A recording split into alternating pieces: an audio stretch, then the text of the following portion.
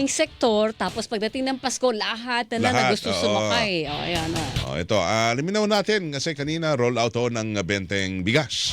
Mas malawak Ito na rollout. Mas malawak. Ano kaya ang plano naman ng MRT sa susunod na taon? Yan. Alamin natin nasa linya natin ang General Manager ng MRT3, si Engineer Mike Kapati. Engineer Mike, magandang umaga po sa inyo, Double Wang sa Double B. Magandang umaga po. Hi, good morning po, Double Wing. Opo, Sir. Salamat Merry sa oras, Christmas po. Merry Christmas and Happy New Year, sir. Yes. Kumusta ka na? Happy New Year. Oo, ito yung tanong ni Weng de la Peña. Anong Ano ang bago? mga plano ng MRT3 pagpasok po ng 2026? Kasi balita namin, nagsampa kayo ng panibagong Dalian trains sa ating Yes. release. So, madadagdagan pa po ba yan sa susunod na taon? Opo, yung pong Dalian train natin, na-deploy na natin on a limited time, yung isang train set na 3-car. And we're also planning to add more para yung buong 48 na Dalian trains ay ma-deploy natin by end of the year ng 2026. Yan po ay makakadagdag sa availability ng train natin. Masusustain natin yung current wave, natin, yung parang headway natin na 3.5 minutes lang ang iniintay ng mga pasahero. Kung halimbawa po ma-deploy yung 48 Dalian trains sa kabuuan sa release natin, ilang pasahero na ang magiging capacity po ng MRT3 sa inyong operation the whole day? Sa ngayon ho, nag-average tayo, sumasampa na tayo ng 500,000 a day, plus. At yan po, kung ma-deploy natin yan, may readily available tayo na sustained na mga train. Kaya natin yan between 600 to 700,000 a day. Malaki Ang yun. ating, lalo na pag nabuksan na yung common station, yung MRT7, kaya ho natin yan hanggang 800,000 a day na capacity. Mawawala na ho ba siguro yung pag-oras ng rush hour ay talagang Yung pila pa rin? pila, oo. Kasi nagaanbang ng susunod pang paparating na tren.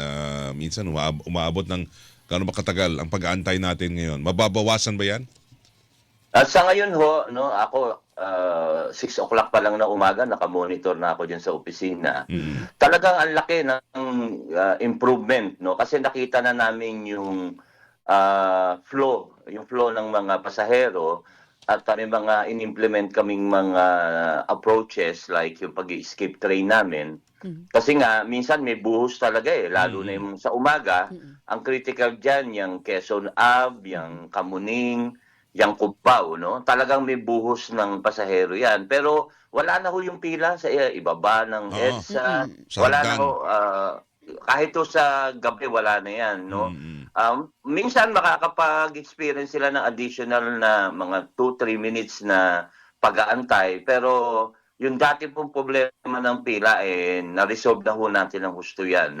And of course, we're also asking for cooperation din ng ating mga pasahero na sumunod lang doon sa gabay ng ating mga platform managers.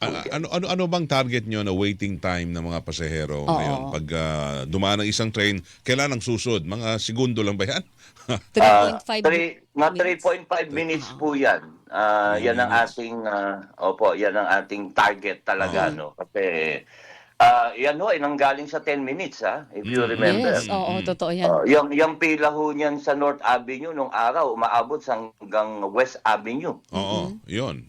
So, yan ho, ang tindi niyan. Pero ngayon ho, wala na ho kayong makikitang pila sa EDSA. Kasi nga ho, ang order sa atin ng Pangulo, sa ni Secretary Lopez, ay pag-aangin naman ang buhay ng ating mga mananakay. So, yan ho yung mga in-address namin, lalo na yung pagbalik ko. At talagang tinututuwa ko yan everyday, Miss Wen, kung lagi tayo nagme-message everyday, pero talagang 6 o'clock pa lang ng maga, 5:30. Nasa opisina na ako, nakatutok ako kasi naglagay ako ng mga CCTV sa loob ng opisina ko, and then talagang nakakontrol ako sa lahat ng kausap ko ang control, ang transport, ang mga station, nalalaman ko at any given time. Alam po ninyo kung saan merong tambak ng mga pasahero. Tama po yun. At yun po ang ating tinututukan everyday. Yung problema ho sa lamig ng aircon. Oo. Tsaka yung mga escalator na hindi tumatakbo at elevator. Yan, tama ho yan. Una, ngayon, yung dati-rate, ang init ng ano natin, ng ating mga bagon. Ngayon naman nun, nagrereklamo yung mga senior citizen kung pwede raw, babaan naman daw, taasan Malamig naman na. daw yung sobrang Oo. lamig naman. Ano? Ngayon, ito hong mai-share ko lang sa inyo, ito hong ating mga escalator, elevator. Yung escalator ho natin yan sa totoo lang, yan ho ay 25 years old na. Mhm. No? So, yan ho ay mini-maintain natin at any given time. Ano? Yun lang, siyempre, gawa na rin ng tagal. Ano? So, itong taon na papasok na to, hanggang 2027 yan po, ay meron po kaming papalitan fully. No? Buo, papalitan natin yung escalator dito sa Taft Avenue, yung dalawang escalator doon, saka dito sa may Ayala. Yan ho, na-determine namin na medyo priority list natin. As in buo, papalitan ho yung luma. So, we're spending quite a lot of resources dahil para ho maserbisyohan natin. At the same time, syempre, magpapaalam na rin ako sa mga mananakay natin na medyo may konting inconvenience. Kasi nga ho, maglalakad sila doon sa kabila. Pero ang long term naman ho niyan, brand new, no? Brand As in new na. brand new ho yung Escalator. ating mga escalator. Oo. While everyday po yan, no? Nakatutok ako dyan, everyday po yan mini-maintain Pero during non-operation. ang pagpapalit ho ba niyan, aabutin naman ng ilang araw? Ilang araw lang naman siguro, no? Hindi po. Abutin po yan ng mga 3 to 4 months. Ganun. At the Matagal. minimum. Opo. Kasi babaklasin po yung buong Babakbakin Yung yung buong buong escalator. buong escalator. escalator. Oo, Opo, ito yung- babaklasin po lahat yan. Oh, sinasakyan ko yun, escalator na yan sa may Ayala, no? Talaga ba? Opo, mahaba yung yan eh. mahaba. Oo. Mahaba, di ba? Tatandaan niyo yung mahaba. Yes, Yun. oo. Papalitan po yan, gagawing brand new yan para po yung capacity po ng tao na kayang dalhin at any given time, mag-i-improve po ng gusto yan. So, yun po yung ating... Kumbaga, Ba- mas malalaking mga escalator na yan. Yung capacity po ang kailangan. Pareho pa rin po siya. pareho pa Pero mas ano na ho siya kasi alam niyo naman yung disenyo niyan 25 years ago pa eh. Oo, So mas ngayon nagiging marami na tayong modernisado. bago. Isa rin sa marami gusto kong tayo. escalator dyan sa may area ng Shaw Boulevard. Yung katabi ng isang mall. Maganda rin yung escalator dyan eh. Two-face eh. Hindi ako nakakapunta doon eh. Pag akyat mo sa taas o yung sa gitna, Oo. lalakad ka. Para Tapos kami may mezzanine. panibagong escalator na naman. Pero Diba? GM, Yan sa linawin show. ko lang. Sa show daw ata may problema. Ano bang ano to? Nag-text yung Oo engineer nga, namin eh. dito. Oh. Sabi niya, pasuyo daw po escalator sa show. Hindi gumagana ba? Ano yan? Ano bang estado ng escalator Chief sa show? engineer namin yon, Oo. GM. Pwede ho yan eh. Ganito po yan. Lilinawin ko lang yung parte po na laging sinasabing Shaw Boulevard, hindi po pag-aari ng MRT. Pag-aari po yan ng Greenfields. We've Okay. been trying to contact them. Siyempre, lagi po yung Ma'am Weng saka Sir Weng, lagi po yan akala ay MRT3. Naglagay na po kami ng signage na ang MRT po ay hanggang dito lang, any beyond that po. But we are almost weekly nagko-coordinate kami. Laging sira, laging So, sandali. yan po naman hindi na po namin kasi, kasi- kumbaga sakop eh. Oo. Sandali, saan bang escalator to? Kasi ang naalala kong escalator, itong area dito sa may mall. Yun po, yung sa Yung Shaw may- Boulevard Mall doon sa Greenfield. Kanto ng Yung po ay EDSA. yun po yung kanila, hindi Kasi- po sa amin yun. Nag-iisa lang ata yung escalator dyan sa show.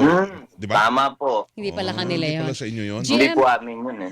Linawin ko lang, Yes, yung Ma'am Weng. Dalian Trains na 48, yan na po yung kabuuan na gusto nyo maisampa sa Riles before the end of 2026, yung kabuuan. Tama po, yun po ang target natin. Sa ngayon, Tama po ang yun. ginagamit ng Dalian Trains out of the 48 ay ilan? Tatlo po. 3. Mayroon malaki-laki pa yung tatrabahuhin para mabuo yung 48. Opo. Kasi po, tama po, kasi po may mga testing and commissioning pa ho tayo dyan. Totoo yan. Pero ang Well, tanong po next na po. marami ngayon, nasuki po ng MRT3, meron ba kayong pending na request for fare hike for 2026? Ay, wala pong napag-uusapang ganyan. Wala po tayong fare hike. Huwag Okay. na niyong Wala pag-usapan. pa po. Ayusin po muna natin ang facility. Yes, Yan po oo.